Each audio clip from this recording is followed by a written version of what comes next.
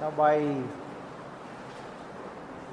restating what is in the headlines of a Tamil newspaper, that is on Sunday yesterday, or I don't know whether it is day before yesterday or yesterday, there is a news in a Tamil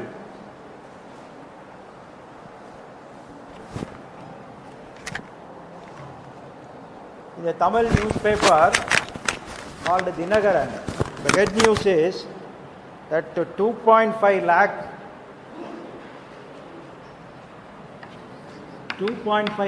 lakh engineers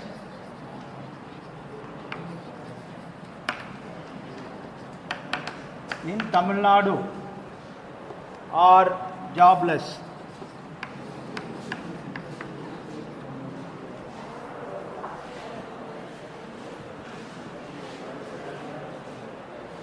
So very pathetic situation. After spending lot of time and money, these people are not able to find the job. So they are not the only reason for their this particular state of affairs. It is a cocktail of number of reasons. One of the reason always we can say and escape is the world economic slowdown. Okay? But apart from that, this is because the kind of training it is given in the UG curriculum is not sufficient. Or we are not trained them to look for the problems and so that they can solve and come out with the commercial ventures. What software education has helped Bill Gates to build the Microsoft?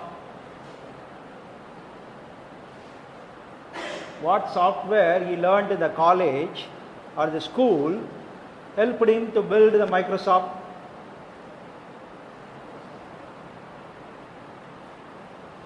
Nothing, because he is the one to build the software itself. Okay? So what he found is, he predicted that the personal computers, the computers will come to every home, it will occupy every desktop. So there will be a need for computers, there will be a need for software which are user friendly. So he made every version of Windows so that it becomes more and more user friendly. So likewise you have to, the training what we have, what we are supposed to give in the engineering colleges is to not to solve the typical ditto problems, you substitute some formulas and get the answers, but you have to really formulate the problem itself and then solve it. And most importantly, these solutions should be commercially viable ventures. Okay? Now, continuing our discussion on the gears, last class we have given, discussed about number of terms related to the gears, namely like, addendum, dedendum, what is the circular pitch, base pitch and all those things. Today we will continue with defining some more terms, then we will discuss about the various types of gear trains. Okay, before going to that, let me first draw a circle. Okay. Let the circle be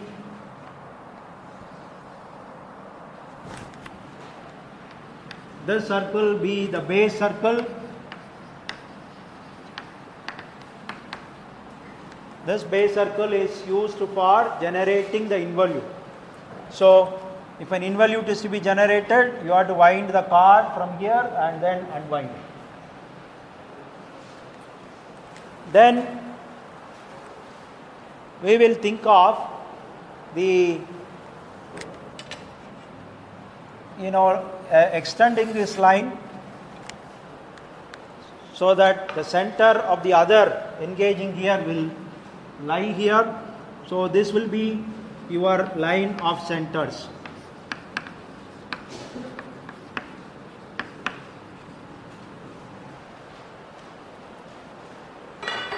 Suppose I draw another circle which is which is having a center here.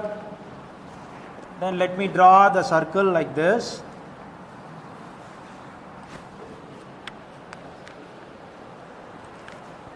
This circle also happens to be the base circle, from which the other tooth involute will be generated. Now if I draw a line tangent to both the circles, both the base circles,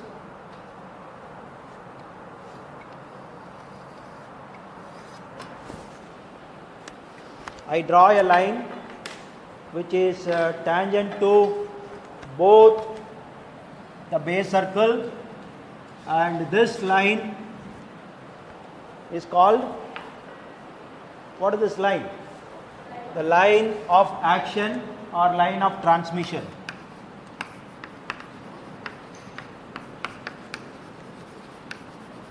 So through this line of transmission only the force will be transmitted from one gear to the other gear. And this line of transmission and the line of centers, this is line of centers,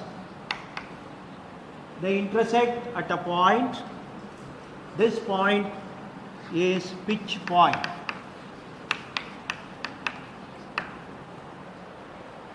This point is your pitch point.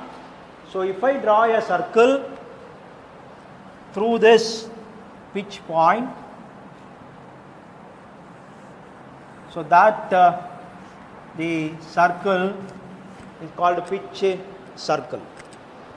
Okay, so you can draw the pitch circle, other pitch circle of the other engaging gear like this, which will also be supposed to pass through the pitch point. Now our discussion is about a common normal that we are supposed to draw. Suppose we draw let me rub this pitch circles. So you have line of centers and line of this thing, this is your pitch point. You can always think of a normal.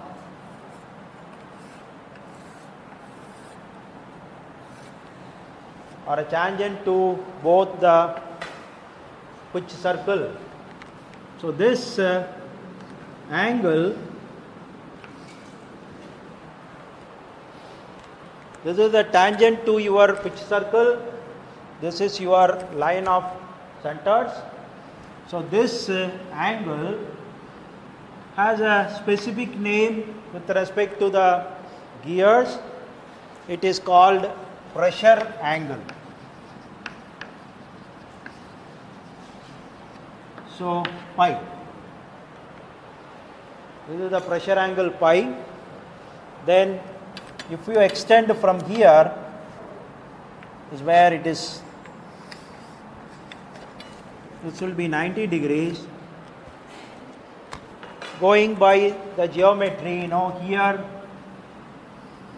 this is my center, say O2, and this is my pitch point. This is the point of tangency here. If you take this, say suppose this point I call it as B, this O2B is the base circle radius.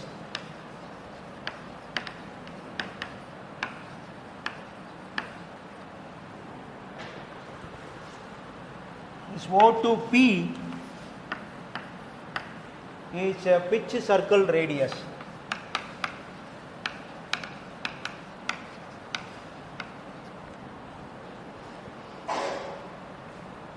Now if you look at here, this angle is 90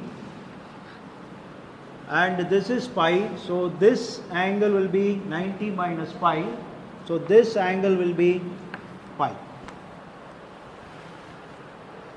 So from this we can write that O2B cos pi is equal to O2P. So this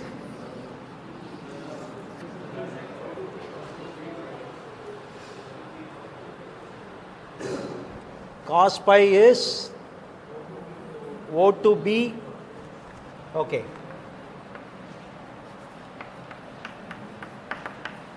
O2B divided by O2P, okay. So there is a mistake here. O2P times cos pi is equal to your O2B. Or in other words, there is a relationship exists between the base circle radius or diameter and the pitch circle radius or diameter. So by the relation cos pi, pi is called the pressure angle. Okay. So gear tooth profiles are, as I said, standardized. So the standardized values of pi pressure angle are 14.5. It is not any angle. It is not 12. It is not 10. Or it is not 45. The pressure angles are standardized. Some of the standardized pressure angle values are 14.5, 20 and 25. So these are the three standardized pressure angles that are used for generating the gear tooth involute profiles, out of which this is now commonly not used. This is very rare. So only pressure angle of 20 is used as a standard. Okay. So what is pressure angle? In the geometry, you have a common normal and the line of action.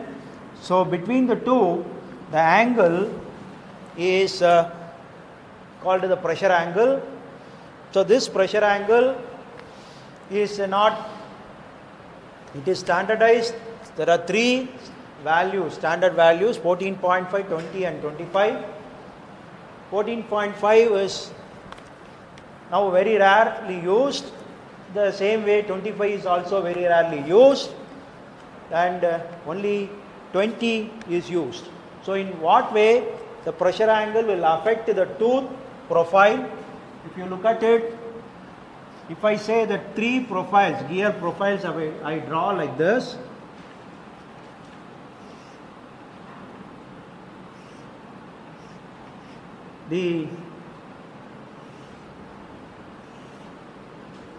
If you take the tip width, the width is wider for 14.5 and this is for, it is narrow for 25. So intermediate for 20 degrees. So the distance between the base circle and the pitch circle will increase with the increase in the angle. Okay, so that we will show you the shape of the gear tooth in the projectile. Okay, so this we have introduced another term called the base, the pressure angle, and what is the relationship and what is the standard values. You have any doubt?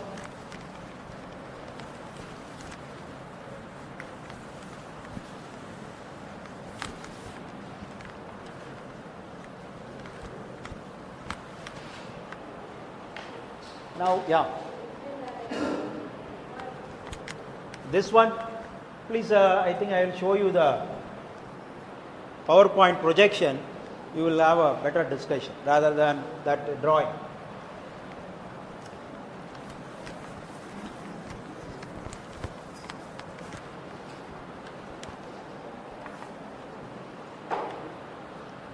Now, we'll introduce another two terms which are related to the number of tooth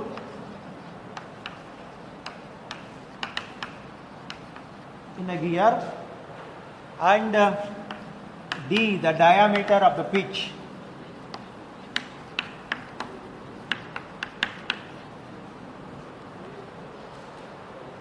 Diameter of the pitch circle. Does a relationship exist? If I know the number of tooth, I can say what is the diameter of the pitch circle. So that is defined by two terms. One is called module.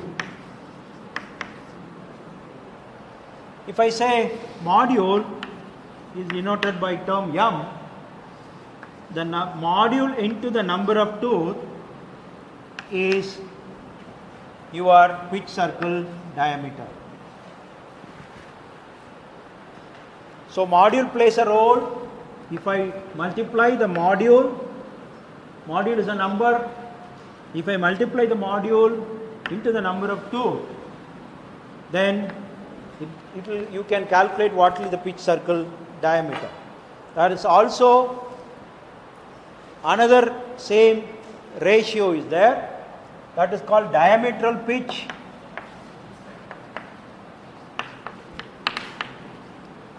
which is given by, the diametral pitch is given by D by the number of tooth. D by the diameter of the pitch divided by the number of tooth is given by a term called diametral pitch, or there is another term which specifies the tooth by module. So this is normally used in SI units, and this diameter pitch is used in imperial units. For standardization of gears, the gears are standardized by a standard called AGMA. AGMA means American Gear Manufacturers Association. The American Gear Manufacturing Association, has standardized the gear tooth and its profile. Now we will have the projector on and we will show you the module, and we can switch over the various shapes of the gear. Then we will switch over to the gear trains. Okay, we will have the fast. Start again. Now we can see the profile of the gear tooth. When the pressure angle is 14.5. When it is 14.5, so we can see the pitch circle, and this is the base circle. And you can see the gear tooth profile is extending below the base circle also. If it is extending below the base circle, that will not be, that portion of the gear tooth profile will not be involute, because involute will be generated from the base circle. So the profile above the base circle will be involute. For gears, if the gear tooth profile extends below, then this particular portion will not be an involute. So this is the case for 14.5. Now this is for K20. You can see the distance between the pitch circle and base circle has increased. You can compare this, it has increased. Now this is for 25. So the distance has increased, here it is narrow. So it means that as you increase the pressure angle, the involute, you are using more involute. Okay, more involute. Here you see the base circle is here. So larger part of this gear tooth is going to be involute. Whereas if you look at it, if it is 20, there is a certain portion of this is going to be non-involute. I'm sorry. If it is 14.5, major portion will be a non-involute. So as I told you, thus pressure angles are standardized and only 20 is used now.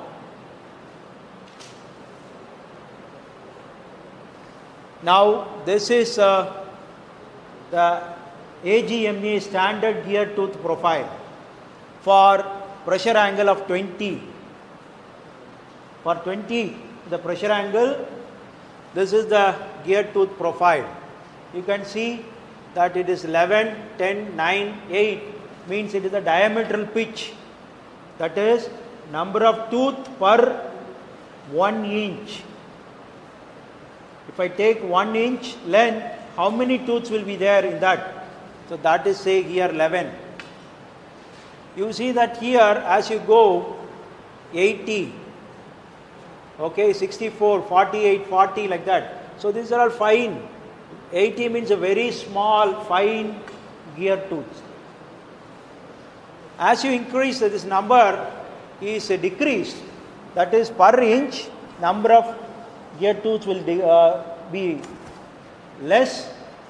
So that means it is going to be thicker tooth profiles. So you will have, you see here for 4, definitely a large tooth. Whereas for 8, it is definitely less. So all these tooth profiles are having pressure ratio, pressure angle of 20. Okay, this is the standard. Why we standardize? Because only if we standardize, we can have a cutters which are supposed to be used for manufacturing this can be standardized so that it will be less expensive.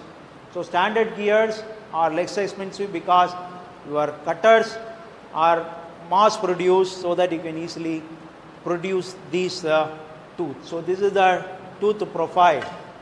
Now there is a subject called machine design. You will be studying in the next semester. What you are supposed to do is for a given power transmission, because I told you this semester it is going to be kinematics. I am not going to talk about what is the power, what is the force that is to be transmitted by the tooth. If I am trying to design a gear which can transmit the 5 kilowatt, there may be gears that are used to transmit 0.1 kilowatt. Then the gears are not going to be having same thickness. Higher the thickness means it is going to be stronger. So this can be used for large, transmission of power. This can be for a very small power transmission. So there you will calculate what is the load which is supposed to be acting on each gear. Each tooth will be considered as a cantilever. Then you will come out with a calculation to find out what is the module required, and accordingly, or module or diametral pitch, then accordingly you will choose. So this is what is about the gear tools. So we have few more terms. We will discuss that in the next class. Yes. Number of tooths per inch. 4 tooths per inch. Yeah, inch. In that it's 80. It's going to be very small, fine, very fine gears. Okay. Diametral pitch. It's not diameter, diametral pitch. I told you one module and a diameter pitch. So that is diameter D divided by the number. Okay. Number of tooth. So that is so it is not in module. If it is in SI, this profiles will be given in terms of module. So I'll let you check whether it is 80 tooths per inch or it is a different. I'll check it, okay, as you have asked.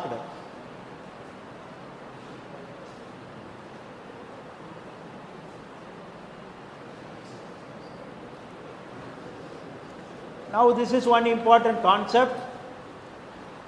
For a given gear, you have made gears and the engaging pinion. Suppose I change the center distance. The center distance is supposed to be fixed. For some reason or other, your center distance is not maintained. You vary the center distance, then what will happen? This is the correct center distance.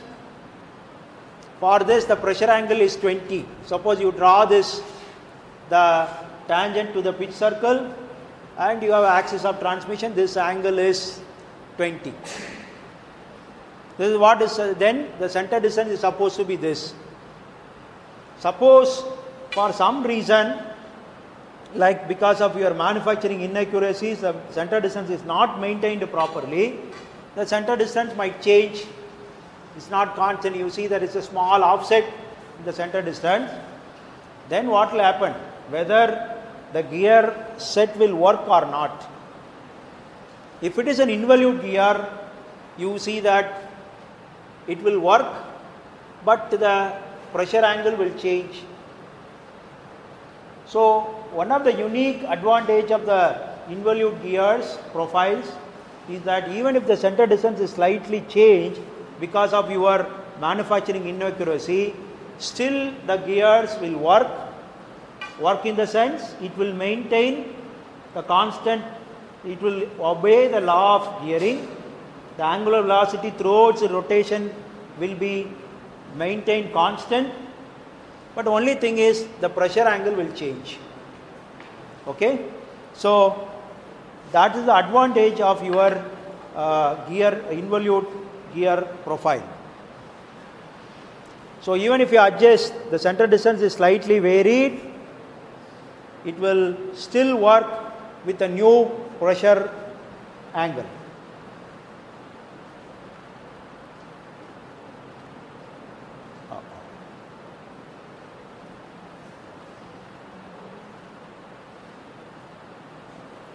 Now these are the various types of gears. Now we will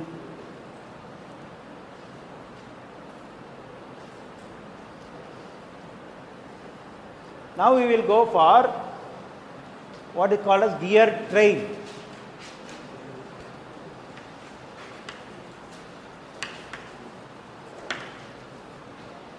So gear trains, see, one of the limitations of the gears like spur helical is that you can have the speed change as 1:10 max. So if I have one pinion and other gear is engaged, the maximum speed reduction or increase is maximum 1:10. Okay, before that we have not derived what is how to find out the speed ratios. When two gears are engaged, how the power or the speed or the torque is changed. Okay, so that we have to take it up. Now, how to find out that?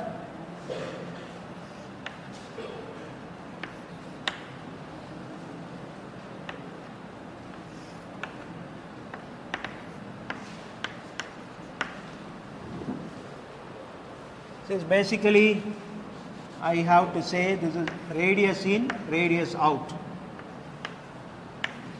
I take two gears and this is my pitch point.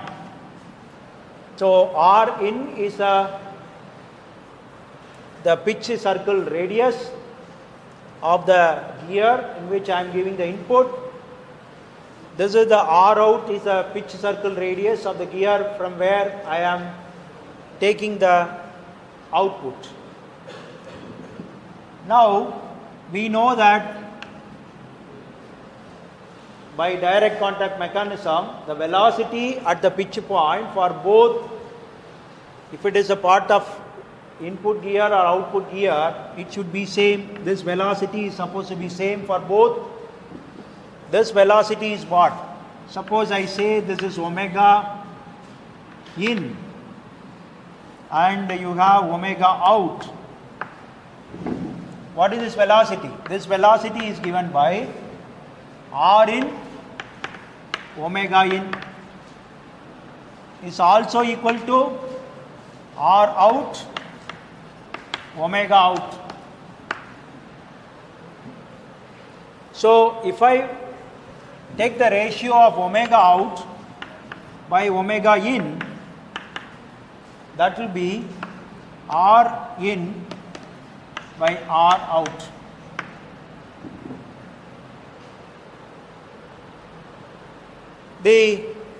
What is R in, R out? It can be, R in can be written as D in by D out divided by 2, I'm sorry, this D in by 2 or D out by 2, 2 and 2 will cancel, it can be D in by D out. So this can be written as, in terms of module, if you write the module of this gear in N in divided by module of N out. One of the important thing is, two meshing gears should have same physical shape. The gear tools of two meshing gears should be same. Therefore, their module should be same. So you can say the module of these two are same. It can be cancelled out. So omega out by omega in is N in by N out. So the speed ratios of two gears, if I want to write it, the omega out by omega in is given by, we can say that it is N, that is the number of tooth in the input divided by number of tooths in the output. So this is added with a sign minus, is because when two sets of gears are engaged, the direction is reversed. Okay, so you put a minus sign. So this is the equation for finding the angular velocity ratio or speed ratio for two gears. If two gears are there, at what speed they will rotate? What you can do is, you don't have to measure the diameter, pitch diameter, etc. Count the number of tooths. So suppose I have two gears which are in mesh. One of them is only 20, another is 40. Then you can say the gear ratio is possibly 2 or 1 by 2, depending on whether you are, which one is taken as the input or output. So this is for calculating the speed. What about the torque? What about the torque input to torque output? We know that the power, whatever you give, energy is conserved. Energy is conserved. So energy by time, that is the power, is also conserved. If you say that gear is not losing any energy, no losses in that, ignore the losses, then we can say that power input is equal to power output. Power is T torque input into omega input, that is equal to T output by omega output. So we can say that omega out by T, that omega in is equal to T in by T out. Okay. So this is about the torque. So torque and speed ratios are given like this. Now as we have gone for, as I said, suppose the single stage reduction, that is, I say one shaft is there, I have one gear, I have another shaft, there is another gear is engaged like this. What is the speed ratio maximum you can get is 1:10. You cannot increase more than 1:10. In a single stage, if I want more than 1:10, only in worm gear, it can be achieved like 1:100 or 125. But other gears, it is limited to 1:10. So if I suppose I want more than 1:10, what I can do is, I have to go for gear trains. I have to say that I have to put more gears in engagement, so that, let me see, from here in this stage 1:10, another 1:10 gear. So like that I can achieve by adding more gear. That is how, if we want more gear ratios, we have something called gear boxes comes into play. So the gear boxes are nothing but gear trains wherein you have full enclosures, etc. Now look at this. This is a gear train.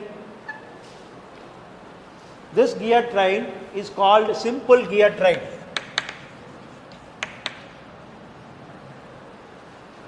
What is a simple gear train? A simple gear train is the one which will have one gear per shaft. There cannot be more than one gear. You will have only one gear per shaft. So if I say that what is the, calculate the input and output velocity ratio for this simple gear train. So if you say that, it will be N2 by N3. For that, the velocity ratio will be minus of N2 by N3. That is the number of tooths in this input gear divided by the number of tooths in the output gear. For this 3 and 4 as gears in mesh, the ratio will be given by, input is, so here we have minus sign. So I can say velocity ratio is minus N2 by N3. For taking 2 and 3, it will be N2 by N3 minus 3 and 4, it will be minus N3 by N4. For 4 and 5, it will be minus again of N4 by N5 into minus N5 by N6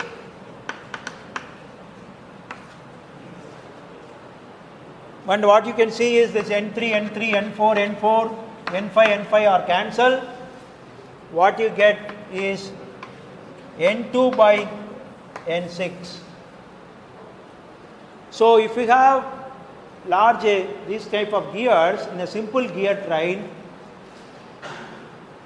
only irrespective of the intermediate gears and their tooth number, the speed ratio is always given by the number of tooths in the input gear and the number of tooths in the output gear. That is N2 by N6. Only thing is, this can be plus or minus. Suppose I have only one gear like this as an intermediate, the plus sign will become, this will become plus. If the number of gears is, say, an odd number of gears, then this will become a plus sign. If the number of gears in this are even number, it will become a minus sign. So, in a simple gear train like this, the intermediate gears play no role in the speed ratio except changing the direction. Okay, so these gears are idle gears. No output is taken, it is called idle gears. So there is no use of thinking of a gear train having more than 3. If I have 3, the speed can be, the direction can be changed, otherwise no use. To overcome this problem, we have a gear called compound gear. So look at that.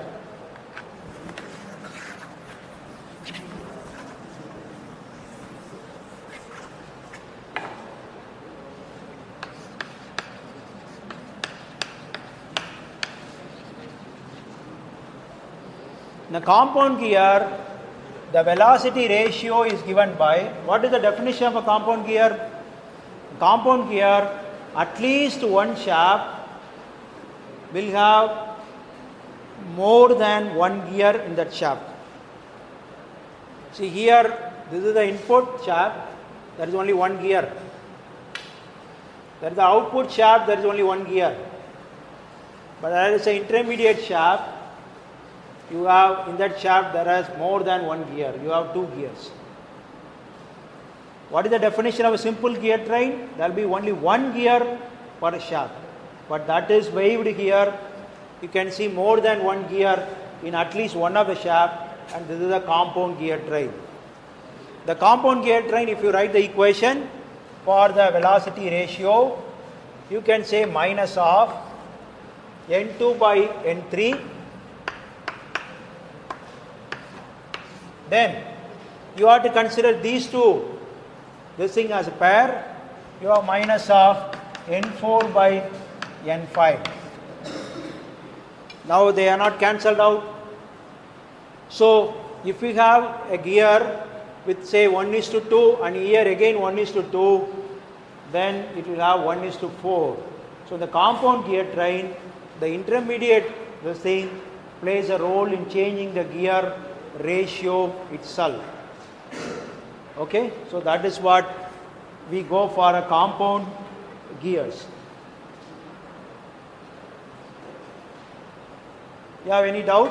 We have discussed about simple gear train, compound gear train. This is an example compound gear train. You can see that there are 2 compound shafts. So you can get the output like this. Much more reductions are possible. So this is a compound gear train which is called reverted. So there is another term for a gearbox. The gear trains can be reverted or non-reverted.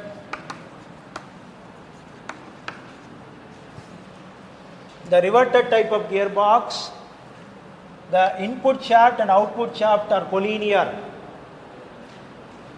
Whereas in the non-reverted, input shaft and output shaft need not be collinear. So here you can see, this is the input shaft.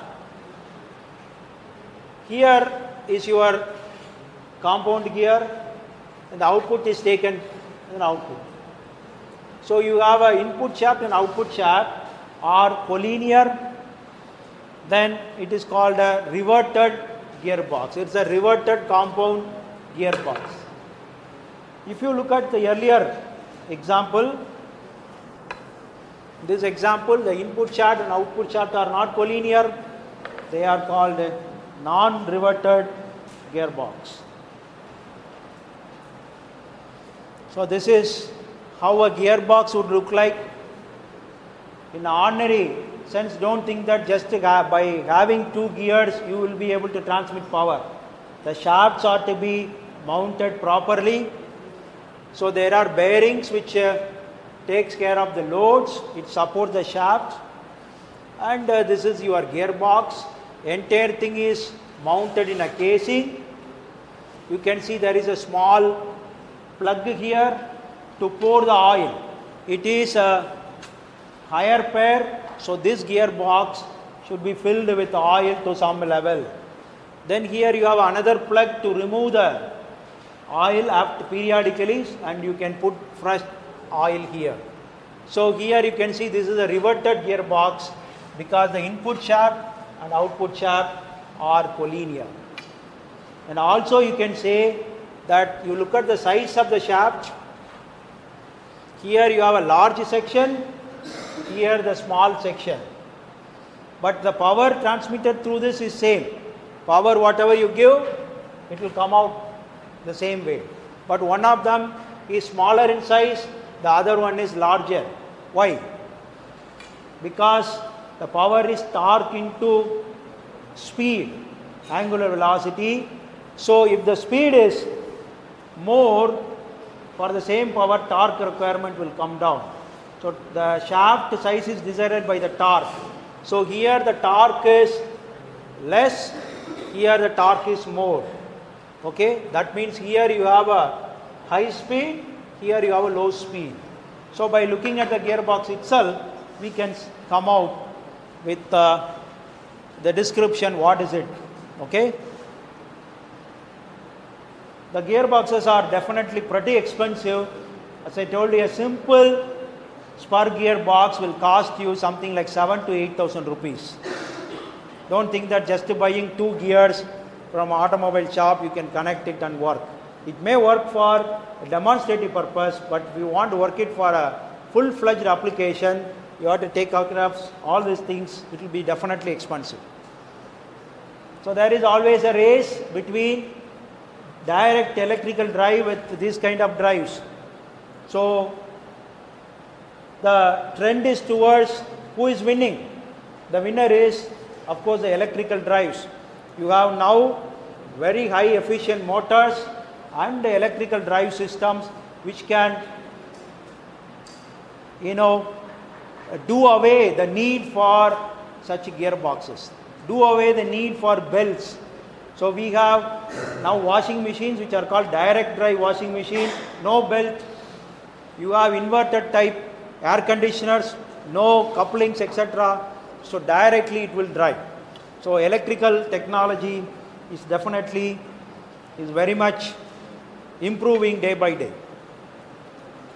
So mechanical has to compete with that. Now there is another type of gearbox which is called epicyclic gearbox. Okay. So what is a epicyclic gearbox? You can see that in a epicyclic gearbox, look at carefully. This is a pinion, this is the gear, and both of them are fixed to the ground. If I give a motion to this will rotate with a particular ratio. If I have these two of same diameter with the same number of tools, the ratio will be 1:1. Whereas this is called the epicyclic gearbox, where this arm is no longer fixed. Only one of the gear center is fixed. Other one, this arm can rotate. Then this is called a epicyclic motion. So I will show you the epicyclic motion and then we will discuss about how this is useful for a gearbox.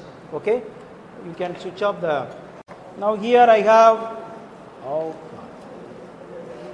a disc.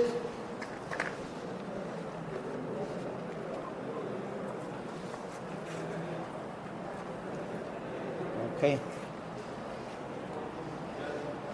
I have 2 discs. Yes, 2:30, just a minute, I will complete it. With this you can go. So there are 2 discs of same diameter. Okay, so one of you can come to give me a help. You say you can just hold it like this. Okay, is it visible? So he is holding that, and this is another disc. both are having same diameter. If I engage straight away and rotate, you know that ratio will be 1:1. Okay. Now let me show you what will be the ratio if it is an epicyclic motion. That is, epicyclic motion means this center will not be fixed. This can, as it rolls, it will move. Okay. I am starting from here. You can see both are in alignment now. So I will rotate it. What I have done is, these two plastic, this thing has a very shiny surface, so they tend to slip a lot.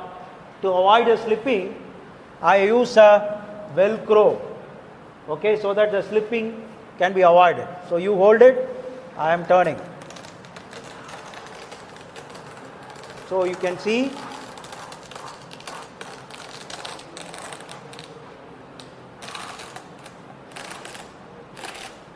okay, just move out so that it can be, no, leave it, I can take hold. Now you see that already this has completed one rotation, isn't it? This arrow mark is down. Earlier it has completed one rotation, right? So you hold it again by this. I will turn again.